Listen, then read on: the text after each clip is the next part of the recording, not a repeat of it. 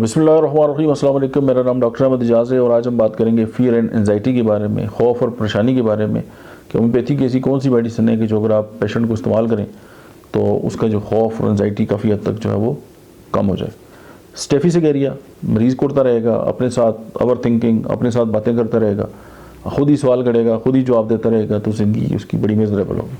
Second medicine is opium. Sex potency में दुनिया के सारे खौफ जमा करें और मुझे आप कहें कि एक दवाई से उनको ट्रीट करना है तो मैं ओपियम से ट्रीट करूँगा।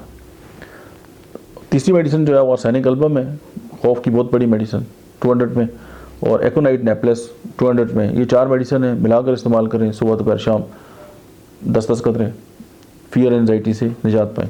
लेकिन कोई भी मेडिसिन जो है इस्तेमाल करने से पहले अपना जो आपके फैमिली फिजिशियन है, आपके जो डॉक्टर हैं, आपके होम्योपैथ हैं, आप उनसे ज़रूर मशवरा करें। Thank you very much.